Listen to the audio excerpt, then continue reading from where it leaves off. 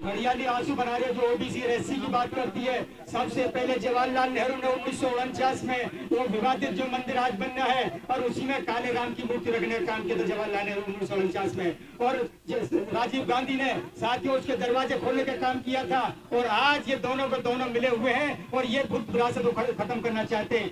आज इस देश में जहाँ भी खनन हो रहा है, जहाँ भी खुदाई हो रही है, वहाँ बुद्ध ही दिखाई दे रहे हैं। तो साथियों ये बुद्ध जो विरासत है इसे हमें बचाना है। अगर ये विरासत बचती है तो साथियों हम इस देश में बचेंगे। तो मैं आपसे कहना चाहता हूँ कि ये जो आंदोलन इस देश में खड़ा हो चुका है, मैं बहुजन मुक्ति पार्टी के राष्ट्रीय महासचिव की हैसियत से अभी मेरे राष्ट्रीय अध्यक्ष जी ने, माननीय प्रबंधक प्रताप जी ने जो समर्थन किया है, बहुजन मुक्ति पार्टी साथियों इस आंदोलन का समर्थन करती रहेगी। और ये आंदोलन एक दिन जरूर सफल होगा। बाबा साहब डॉक्टर अम्बेडकर ने कहा था कि 21वीं सदी हमारी होगी। साथियों 21वीं सदी में भी 23 साल भी नहीं बीते हैं और ये आने वाला कल हमारा है। ये जो इस तरह से इस देश के अंदर षड्यंत्र कर रहे हैं और षड्यंत्र के साथ में जो हमारी विरासत को खत्म करने का काम कर रहे हैं, साथियों इस देश के मूल निवासियों ने बीड़ा उठा लिया है कि हम इस देश की विरासत को बचा कर रहेंगे। ये देश हमारा है, ये देश की विरासत हमारी है। साथियों आने वाले समय में हम ही देश के शासक होंगे। इसी के साथ मैं अपनी बात को विराम देता हूँ। धन्यवाद। जय मुल्ला।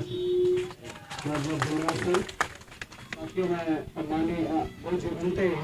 लोग नागपाल साहब को निवेदन करता हूँ कि आप अपनी बात रखें। आपको जीवन जी आप एक जगह नहीं रुक पा रहे हैं भाई साहब। मुझे संगठन का सबकी वीडियो खराब कर देते हैं। लाइव हमारा भी लाइव ही चल रहा है। यहाँ पर उपस्थित सभी ये बुर्ले बुद्धिजीवी लोग सही मायने में बिना बुद्ध के इस देश ने बहुत कष्ट पाया है। यहाँ पर बिना जब से बुद्ध मिटाए इस देश का दुर्भाग्य हो गया है। और सही मायने में बुद्ध को दोबारा से इस देश में संविधान के जरिए आया है, तब से यहाँ की मानवता खिल उठी है। सही मायने में ये बुद्ध शासन दोबारा से लागू हो जाएगा, फिर मौर्य शासन, सम्राट अशोक का शासन जैसा ये डेमोक्रेसी बन जाएगी, तो इस देश में कोई दुखी ना रहेगा, कोई परेशान नहीं रहेगा। आज बुद्ध विरासत को मिटाने का मतलब है जब सत्य को मिटाया जाता है तो असत्य हावी होता है, और असत्य हावी होता है तो अनाचार और अत्याचार बढ़ता है। जहाँ भी जब भी बुद्ध मिटाया गया है, जात मानवता खत्म हुई है, मानवता करा कर रोई है। और जब भी बुद्ध मिटा गया है तब जातीयता बढ़ी है और जातीयता के कारण उत्पीड़न बढ़ा है और देश में अन्याय अत्याचार की संख्या भारी हो गई है।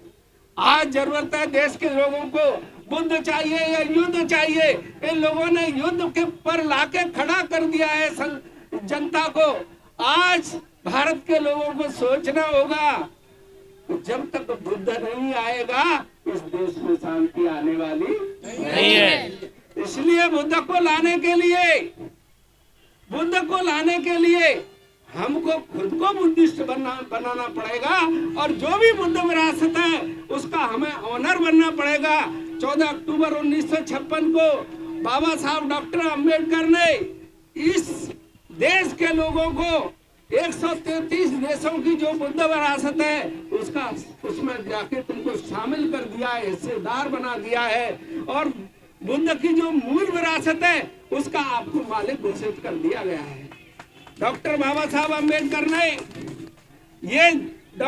साहब अम्बेडकर अच्छी तरह से जानते थे कि इस देश में जिन लोगों ने अन्य अत्याचार अंग्रेजों के साथ मिलके किया है, मुगलों के साथ भी मिलके किया है, दूसरे लोगों के साथ भी मिलके किया है, वो लोग पीछे समर्थन में रखे हैं। इनके ही कानून और अत्याचार चले हैं। इसको केवल बुद्ध ही रोक सकता है, दूसरा कोई नहीं रोक सकता है। सही मायने में राम नाम लेते युग बीते नीची जात का आई, जब से नाम बुद्ध का आया सुख की झलक दिखाई। जब से इस देश में संविधान में बुद्ध आया है तब से ही देश में सुख की झलक आई है। आप देखिए राष्ट्रपति के सिंहासन के पीछे धम्म चक्र प्रमर्ताय लिखा हुआ है और बुद्ध की मूर्ति उनको आशीर्वाद दे रही है। सही मायने में बुद्ध का आशीर्वाद क्या है? बहुजन हिताय बहुजन सुखाय बहुजन कल्याणार्थ है। क्या सही मायने में बहुजन कल्याणार्थ हो रहा है? यहाँ तो अल्पजन हो रहा है। ये अल्पजन हिताय अल्पजन सुखाय अल्पजन कल्याणार्थ काम हो रहा है।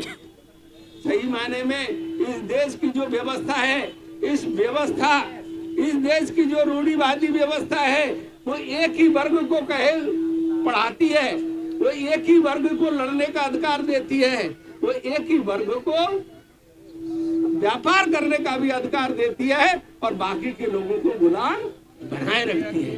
अगर बाकी के लोगों को गुलामी नहीं चाहिए, उनको समता चाहिए, क्योंकि डॉक्टर अंबेडकर ने कहा था अब एक पढ़ेगा नहीं चलेगा, सब पढ़ेंगे। एक पढ़ेगा नहीं चलेगा, अब सब पढ़ेंगे, देश विकास सब पढ़ेंगे तभी होगा, एक के पढ़ने से देश का विकास नहीं होगा। डॉक्टर अंबेडकर ने कहा उस समय जो सिद्धांत बना रखे थे कि एक ही लड़ेगा, वो हार गया तो देश हार गया। डॉक्टर ने कहा नहीं, पूरा देश लड़ेगा, पूरा देश लड़ेगा। अब एक की बापती नहीं रहेगा, ये देश, पूरा देश लड़ेगा। और ये देश लड़ने का जो अगर आपत्ति आएगी तो पूरा देश खड़ा होगा। और ये लड़ने का अधिकार ये डॉक्टर बाबा साहब अम्बेडकर ने संविधान में दिया है। अभी एक ही व्यापार नहीं करेगा, एक ही बंजू व्यापार नहीं करेगा, देश के सारे लोग करेंगे। और उसके लिए उन्होंने स्वतंत्रता दे दी है, कोई भी किसी भी पैसे को कर सकता है, कोई भी धंधा कर सकता है। इसलिए हम लोगों को समझना होगा कि अगर समता चाहिए तो बुद्ध चाहिए, हमको भाईचारा चाहिए तो बुद्ध चाहिए, हम लोगों को न्याय चाहिए तो बुद्ध चाहिए। बिना बुद्ध के आपको न्याय भाईचारा मिलने वाला नहीं। इसलिए बुद्ध का शासन जब तक भारत में दोबारा नहीं आएगा, बुद्ध विरासतों की हिफाजत नहीं होगी। जहां राजा कनश हुआ करता था इस मथुरा का, उस कनश को कंस सिद्ध करने वाले कौन लोग थे? उन्होंने विरासत का इस तरह से गलत इस्तेमाल किया है, अपमान किया है।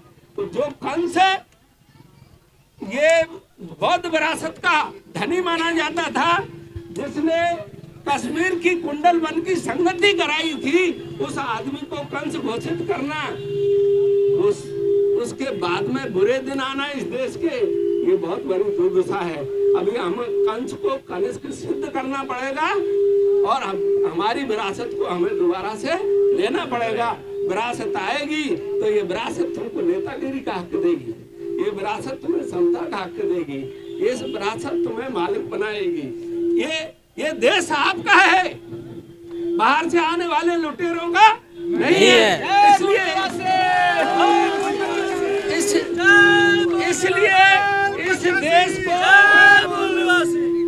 इसलिए इस देश को अपने हाथों में लेना है। तो अपनी जो आदर्श विरासत है, आदर्श कौन है? इस देश का आदर्श कौन है? बाहर में जाकर के यहाँ के जिन आदर्श बना रखे उनको कोई पूछता भी नहीं। तो सही मायने में जब बाहर के लोगों में आदर्श बुद्ध है, तो इस देश के लोगों को भी आदर्श अपना बुद्ध मानना ही पड़ेगा। जब आदर्श बुद्ध होगा तो हमारा आचरण भी बुद्ध होगा, इस देश समाज भी बुद्ध होगा, ये देश भी बुद्ध होगा। फिर कोई भूखा ना रहेगा, कोई नंगा ना रहेगा, कोई अपराध नहीं होगा, फिर बहन बेटियों की इज्जत नहीं लूटी जाएगी। तो मैं चाहूंगा कि आप सब लोगों ने ये हिम्मत की है बुद्ध विरासत के लिए। मैं सब लोगों को मंगल आशीर्वाद देते हुए